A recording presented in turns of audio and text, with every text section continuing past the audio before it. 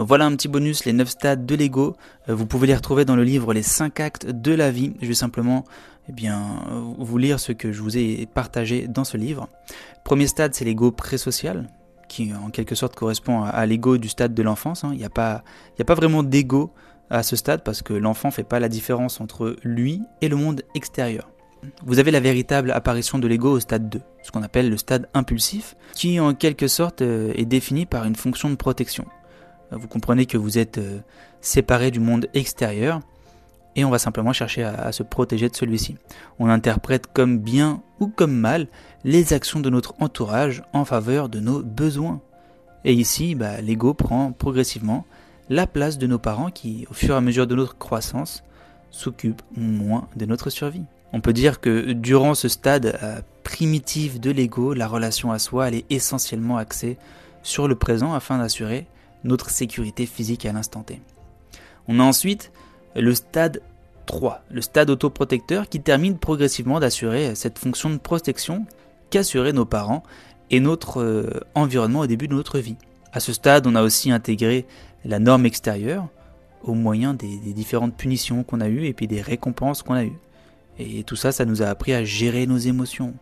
C'est en quelque sorte là qu'on acquiert une certaine maîtrise de soi. On comprend qu'on évolue dans un monde de contraintes où nos besoins ne sont pas forcément acceptés. Et du coup, notre ego va homogénéiser notre relation avec le monde extérieur en commençant par assurer notre propre survie.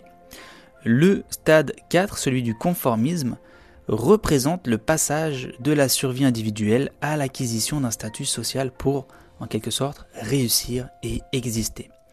À ce moment-là, on prend conscience de la valeur du groupe pour répondre à nos besoins stéréotypés par notre culture. On a tous des besoins qui sont créés, encore une fois, il y a une société qui crée des besoins et du coup, on s'accapare les besoins de notre culture. Ce stade, il est marqué par un important besoin de confiance envers nos semblables pour intégrer le groupe et faire face à notre propre solitude. C'est à ce stade où la notion de sécurité passe par la façon dont on appartient au groupe. Et puis en quelque sorte, on trouve ce sentiment d'existence qu'on cherche grâce au groupe. Le stade 5, c'est le stade de la conscience de soi, qui est défini par le moment où on fait part d'autocritique. Ici, on prend conscience de ce que l'on est réellement et de ce que les autres attendent que l'on soit, mais qui n'est pas la personne que l'on est pour autant, puisque cette attente extérieure façonne votre masque social. Cette étape dans l'évolution de l'ego permet en quelque sorte de se détacher des normes et des attentes extérieures pour se diriger avec sagesse et responsabilité vers ce qui vous ressemble. Et on peut avoir du coup à ce stade 5 un certain rapport spirituel à la vie humaine. C'est trouver sa voie en fonction de sa mission de vie. On est obligé de passer son ego à ce stade 5. Vous voyez déjà qu'on fait une grosse progression parce que dans la société de conformisme dans laquelle on vit, on véhicule l'appartenance au stade 4. En orientation intrapersonnelle, on va chercher les stades qui sont au-dessus, donc je vous les partage également. Le stade 6, qui est le stade de la conscience, correspond à un état de responsabilisation et d'empathie envers soi et les autres. On dépasse ici les actes de chacun et on comprend que ces derniers sont animés d'une volonté intérieure qu'il faut comprendre pour accepter la complexité et le comportement de chaque individu. Ici, en quelque sorte, vous allez pouvoir choisir vos propres normes, tout en prenant à cœur de respecter les règles pour ne pas blesser les autres. C'est une conception de son identité qui nous amène à développer un comportement en accord avec notre éthique. Le 7e stade, qui est le stade de l'ego individualiste. Ici, ça repose sur le processus d'individuation qui est le fond de toute l'orientation intrapersonnelle. Ici, c'est la conscience que le monde est une illusion. C'est la conscience d'une représentation du monde illusoire et subjective qui pousse chacun vers des comportements normalisés en fonction de leur conditionnement et de leur conception du monde.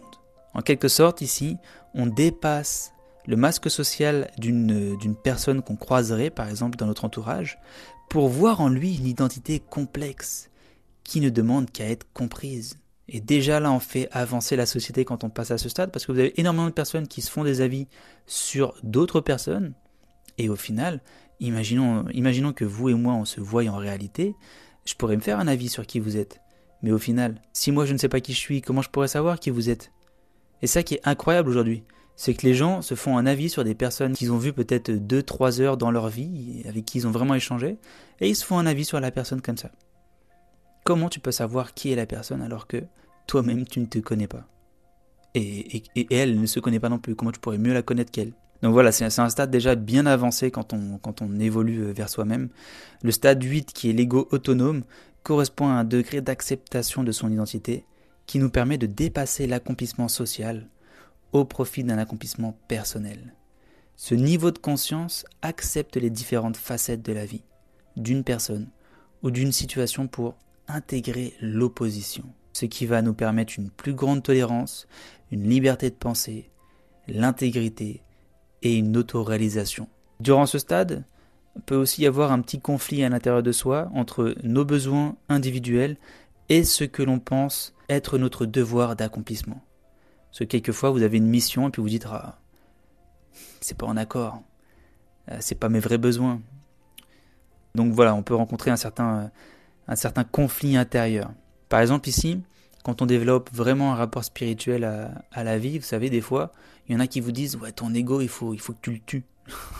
Dans certaines philosophies orientales, on nous dit ça.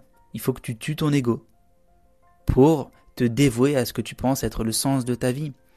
Et c'est la plus grande erreur que font ces personnes, parce que l'ego, c'est pas une chose à tuer, c'est une chose à intégrer et à canaliser. Tu peux pas tuer ton ego, l'ego fait partie de toi. Donc ça voudrait dire que tu te bats contre toi-même en fait. Et le stade 9 justement correspond à l'ego intégré. C'est ici qu'on essaye de mener une personne en orientation intrapersonnelle. C'est une vraie connaissance de soi et une identité entièrement révélée. Il s'agit d'un profond niveau de conscience de soi et d'acceptation, donc de soi et de l'étranger aussi, qui va véhiculer une forte connexion à l'essence spirituelle de la vie. Et au final, on est tous des animaux spirituels. Il n'y a rien de religieux là-dedans. C'est vraiment, je vous invite à vous renseigner sur la différence entre spiritualité et religion, qui ne sont pas la même chose. Alors c'est un niveau qui est assez difficile à atteindre, et c'est pas un niveau atteignable par tout le monde. Ce qui se passe, c'est qu'on met tellement en lumière ce qui se passe à l'intérieur de soi qu'il y a des choses qu'on peut plus nier. Et vous savez, des fois il y a des personnes, elles ont besoin de refouler certaines parties d'elles-mêmes pour s'accepter. Donc personnellement, je ne mène jamais une personne jusqu'à ce niveau. C'est un voyage qu'on doit faire tout seul, si jamais on veut monter au niveau 9. Voilà. Mais comme vous l'avez compris, au vu de la société actuelle, tout niveau supérieur ou égal au stade 5 permet déjà de faire avancer la société. Si ça peut vous intéresser, c'est tiré du livre Les 5 actes de la vie, qui est le livre pratique de l'orientation intrapersonnelle.